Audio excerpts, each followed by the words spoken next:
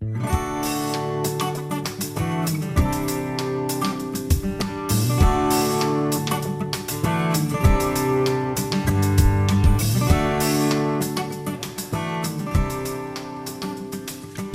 welcome to Focus Today. I'm your host, Perry Atkinson, and guess who we have today? We have Megan Reagan, TrumpBaby.com.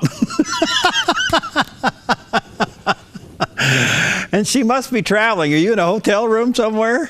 No, I moved. In the midst of all of this chaos, I decided to move. Oh, okay. Yeah, well, so hey, this is the new gig right now. Yeah. Megan Barth with us from ReaganBaby.com. And by the way, we are waiting for Hillary to make her 3-minute speech, and we may break to that in a moment. But how are you? So you obviously had a long, short, interesting night. Yeah, it really didn't end. I think I'm on 10 cups of coffee and 90 minutes of sleep. I was up with plenty of people all over the country. We felt vindicated. I had the opportunity to interview Eric Trump yesterday as I covered for Wayne Allen Root here on a local radio station in Las Vegas. And he said something to me because I had called Pennsylvania. And I called Pennsylvania when I saw the primary, when 100,000 Pennsylvanians crossed over and left the Democrat Party and registered Republican. I knew that the Rust Belt was ours to be had. I knew that the American worker was going to restore this country with their bare hands at the ballot box. And when I interviewed Eric Trump yesterday, he told me a statistic that truly shocked me, and I had no idea. And it was, since NAFTA, 70,000 factories have closed in this country. And the effects of NAFTA and what the Democrats have done to the working class because of their globalist agenda, they forgot the working man. They referred to the working man in Wisconsin, Michigan, Pennsylvania as flyover country.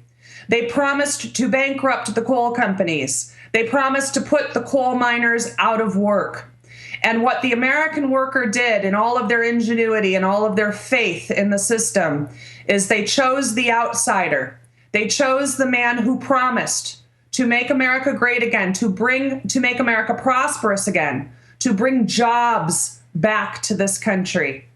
And people voted for a leader who they trusted, and they voted for a leader who they believed would help their pocketbook through his policies. Well, you bring up several things here. Some say it was a three-legged stool, why he won. Those who voted for him, those who voted against Hillary, and those who voted against the establishment. True? Yeah, I would say that's absolutely true. When you looked at this primary from a completely objective perspective, and I have to get in a little dig here if you'd allow me, Perry. Condescension is not a good strategy, Never Trumpers. What they did, what the Never Trump movement did, as well as the Democrats, they aligned themselves and they smeared the American public. They called them uneducated. They called them liberals or, less than conservative. They threw everything at these people, including myself. I was on the receiving end of tons of abuse, which I was very happy to wear as a badge of honor. I figure if I'm not making enemies, I'm not doing something right.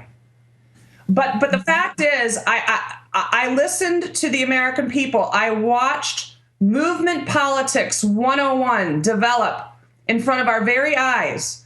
And there was two very disparate movements in this country where the energy of the American people were tapped. One was a movement that tapped the Sanders voters, and one was a movement that tapped the Trump voters. So the Democrats decided to rig the primary in order to save a liar like Hillary Clinton, and they suicided themselves on a corrupt liar. If they would have nominated Bernie Sanders, we would have been having a very different conversation today, I believe. Couple things here, Megan. When you see the map of the United States county by county, it is amazing. This has turned into a red country overnight. We haven't, this is bigger than some of the things that Reagan went into office with. He has the House, he has the Senate. This is unbelievable. And yet he put $100 million of his own money into it, and he was still outspent by Hillary by billions of dollars. What does that tell you? That tells you that deep pockets will never trump the spirit of the American people. You know, Ronald Reagan, I did a clip on the Wayne Allen Root show yesterday, and I posted it to my Reagan Baby fan page on Facebook. And it's kind of a compilation. But what Ronald Reagan says, in essence, is that you can always depend on the will of man and the spirit that of which is Americans to save this country. They have done it time and time again. This country has been saved by the blood of patriots throughout history. Throughout history, we have always battled evil, whether it's abroad or here, enemies foreign or domestic. And this proves that the globalists were wrong. There is no amount of money, billions of dollars. So many enemies that this one man, who I refer to as Mr. Smith Goes to Washington, he just has $10 billion in his assets, right? So you watch the spirit. That is why I am so elated this morning. I never lost faith in the American person. I never lost faith in America. I never lost my faith in God. And I knew that God believed that we were redeemable and he would save us from this corruption. No question about it. I think a big contributing factor, I think it was Britt Hume that said last night, the largest faith-based turnouts in 16 years, and I would have to attribute a lot of that to Franklin Graham going around to every state capital and holding a prayer meeting. Let me ask you this, Megan. MeganReaganTrumpBaby.com. It's just making it longer. Paul Ryan. Now, if I was Trump, I'd just leave it alone and let the new incoming conservatives take care of him. You think he survives? No. Okay. He needs to go. Gone. You're fired. Yeah, not by Trump, but by House members, right? Sure. I mean, we've got a significant change in the guard. Paul Ryan did his best to undermine Trump along the campaign trail, giving Democrats plenty of talking points by calling him a racist. Paul Ryan did plenty as far as working with the Chamber of Commerce to create loose visa systems, to create an open border. And so we don't need the likes of Paul Ryan. We don't need the likes of the Never Trumpers. And one of the best, I think, outcomes of the Trump campaign was the exposure of all of these frauds. So he puts Rudy Giuliani in as DOJ, Attorney General, excuse me, and he just said, hey, I got a country to run. Will you take care of the rest? There you go. And maybe Trey Gowdy is AG. I don't, we'll see what happens. But law and order has been restored at the ballot box last night. We are going to go back to a blind justice, not a social justice cabal that has been the last 8 years of the progressive administration of Barack Obama. He said in his last 3 days, let justice play out at the ballot box, and that's what happened last night. Resounding. Let me ask you this. What happens to the establishment Republicans that really never came out and supported him? Now he's president. What happens to that bunch that are still in office? They can keep having lunch and martinis with the Democrats. They can keep trying to reach across the aisles, or they can simply just leave the party. Because the party needed restoration for decades. Ever since Reagan, we have not been the party of Reagan. We have not been the party of limited government. We've spent like drunken sailors, and even drunken sailors are blushing.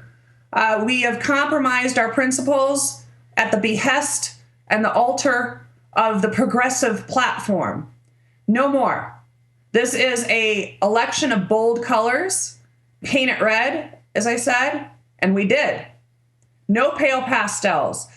I'll give you a real life story here that happened in Nevada, because Nevada just went California. We lost every single Republican race and seat. We now have a liberal majority. Why? Because Joe Heck, for example, the senator that was running to replace Harry Reid's seat, lost 34,000 votes, declined to vote for either candidate in his race. And working in radio as much as I do, especially locally here, it was a huge exodus of conservatives who said, you jumped off the Trump train. You're the one that jumped away from Trump, and we're going to punish you for it. So you had all of these guys like Joe Heck that were listening to the consultants and the moderate Republicans that saying Trump is too dangerous. We are not going to align ourselves with him. And they lost. And they lost big. Well, Go ahead. Did you guys approve marijuana? I believe we did. I haven't. Unfortunately, I believe we did. I also believe that Michael Bloomberg won his gun control law here. And this is the problem we have in Nevada with the likes of moderate Republicans who vote like Democrats, like Governor Sandoval, like Dean Heller, like others that have. We had 6 Republicans in this state that passed the largest tax increase under Sandoval. They obviously didn't learn from G.H.W. Bush. When no new taxes truly means no new taxes. You aren't a Republican if you raise taxes to balance the budgets. You cut government in order to balance the budget. And so what we need to do in Nevada here is reclaim our state as a red state. And we'll start doing that by getting rid of the moderates next time. All right, let me take a break here, Megan. Again, you can go to ReaganBaby.com. That is the legitimate website, ReaganBaby.com. But she's now Megan, ReaganTrumpBaby.com. We'll be right back. I'm Paulina Leiser, producer of Focus Today. Thank you for watching this video, and make sure to check our other videos at theDove.us.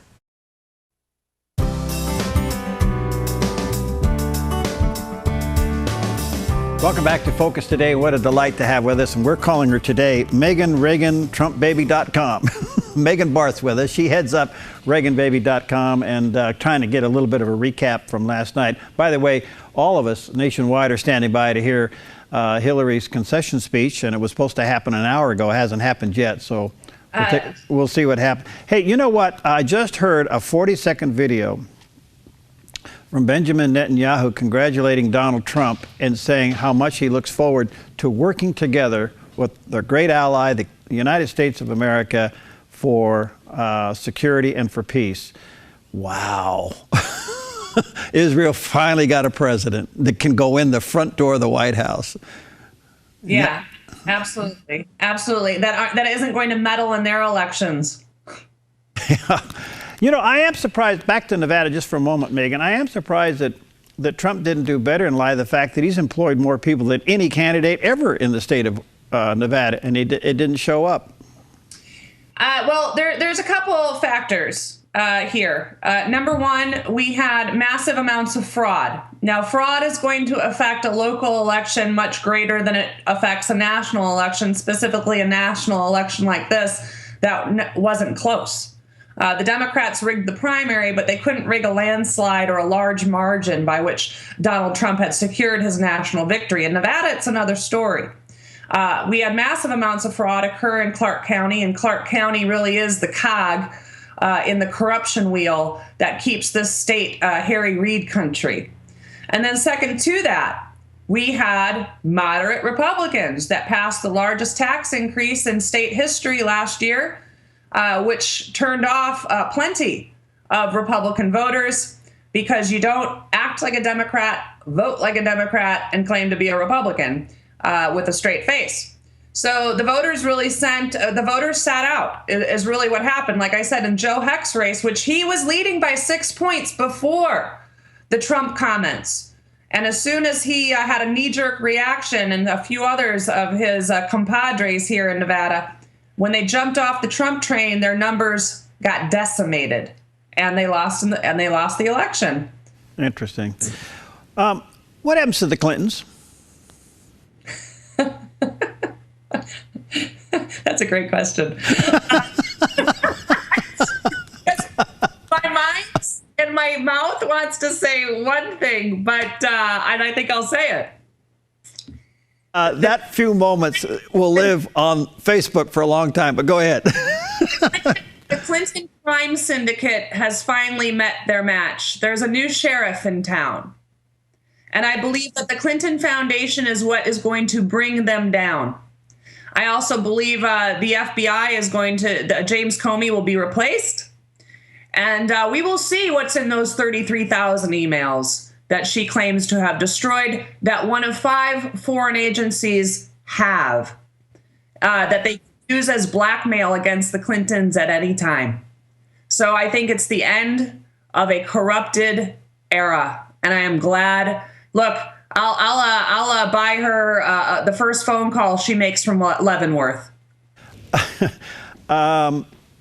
If the Republicans are smart, she now has not been indicted for anything. They just leave this alone until after the inauguration. Otherwise, the president could pardon her. Yeah. You know, there's no reason. Rome wasn't built in a day, and the Clinton corruption network wasn't built in a day either. We got plenty of time now to deal with them. What do you think President Trump will do in his first 100 days? What do you want to see him do? Well, the first thing I want him to do is to repeal Obamacare. The second thing I'd like him to do is repeal all of the EPA regulations that have decimated the working class. I want him to rein in the overreach of the executive branch, all of the executive orders that Obama has given, like DACA, I want off the books. I also want him to deport all of the criminal illegal aliens that we are paying for in our jails and send them back to the country so that country can take care of them. I want him to start building the wall. I think that our sovereignty is at stake, and it will be, because now the open borders are going to be on overdrive until Barack Obama leaves in January. So we need to get our arms around the border. We need to repeal Obamacare. We need to repeal the executive actions. And one of the most important duties, I think, that Trump has, civic duties, is to restore the integrity in our election process. That means to follow the books on the laws that were passed by Bill Clinton, Help America Vote Act, which requires each Secretary of State to clean up their voter rolls. Because variability in the election process has allowed the Democrats to steal elections time and time again. No more. One vote, one voice, one voter. Isn't it a little ironic, maybe even a tad hypocritical, and I say this respectfully, that he'd have to use executive orders to unwind executive orders? Yeah, but when the executive orders are out of the bounds of his executive authority, meaning which he cannot create law without the help of Congress, and what he did with DACA specifically is unconstitutional. So all of the executive orders that went around Congress in order to create fiat by mandates by fiat needs to be repealed, needs to be, basically trumped. There are suggestions of what he replaces Obamacare with. Paul Ryan even has one. He has it in a book form. He's running around. And apparently what Paul Ryan and Congress has come up with somewhat parallels what he suggests. Can he literally stop one and insert another? How does it work? Well, first of all, Paul Ryan never cut off the Obamacare purse strings. You know, one of the questions I always asked was, if Obamacare wasn't a tax, why are we hiring 16,000 IRS agents that are going to be on pensions for the rest of their lives, and they can retire at the age of 52? And oh, by the way, they're mostly Democrats and they're weaponized against conservatives. So, you know, we need to stop the bleeding by cutting off the purse. So if we did hire 16,000 IRS agents, we need to fire 16,000 IRS agents. When you don't fund something, it dies. So let it die. And what we need to do is try, through a variety of free market ideas, which Paul Ryan has proposed, as well as Donald Trump. I'm looking forward to competition in the healthcare market, something that we haven't had since government started meddling in the healthcare market. I'm going to let you get some sleep. I got 10 more shows today. Oh, all right. You can go to ReaganBaby.com. That's the actual website, ReaganBaby.com, and check out all of Megan's writings and be a part of what she does. We have nicknamed her now, Megan Reagan TrumpBaby.com. Thanks for giving us your time this morning. I know you're tired. We value it great, and many more conversations ahead, okay? I'm high on life. I couldn't be happier, and thank you so much. God bless you, my friend. All right, we'll be right back.